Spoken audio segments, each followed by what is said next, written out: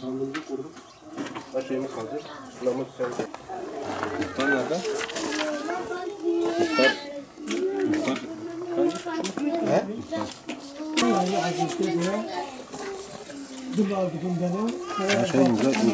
Uzak oldu. Nereye? Yani orada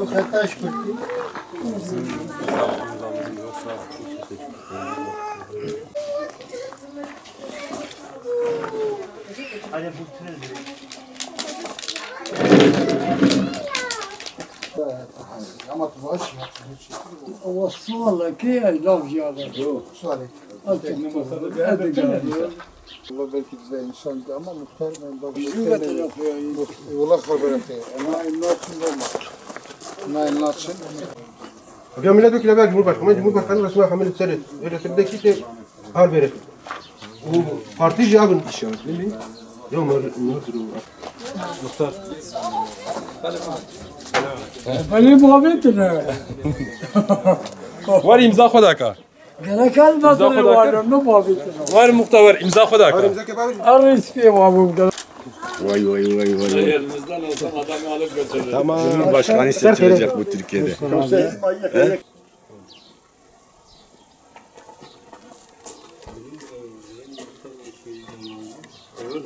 حتى بالبلد يبيع بالبلد ليش يبغى من شو انا يجي باقي هذا بدل شو البلد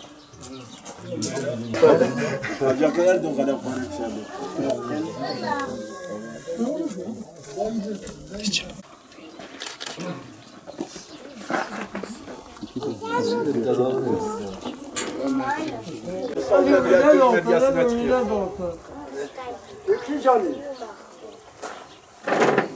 Evet.